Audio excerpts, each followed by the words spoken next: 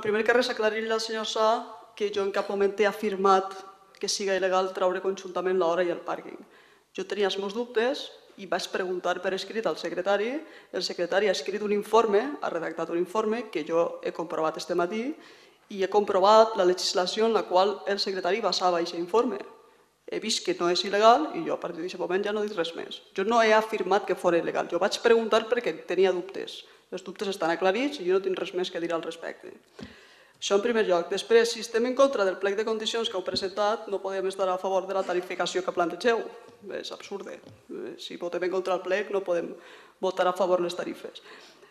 Sumar-me a la protesta d'abans de Josep, perquè també pensava que en el punt 7, en el punt anterior, el plec s'anava a tractar per separar de les esmenes. Però bé, si ha sigut un malentès, doncs ha sigut un malentès.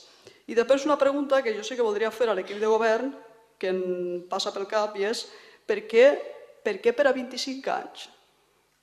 Per què la gestió per a 25 anys o per a 20 prorrogables? Per què per a 20 anys? Per què anem a hipotecar 5 legislatures? Segurament d'ací 5 anys la situació econòmica no serà la mateixa que la que tenim avui. Fem-ho per a 5 anys. Crec, si no estic mal informada, que l'hora sí que s'adjudica cada 5 anys. Per què no fem això igual cada 5 anys? Perquè potser d'ací 5 anys o d'ací 10 anys o d'ací 15 anys s'interessa canviar-ho perquè les condicions generals no són les mateixes. Anem a hipotecar-nos durant 5 o 6 legislatures, per què? Gràcies.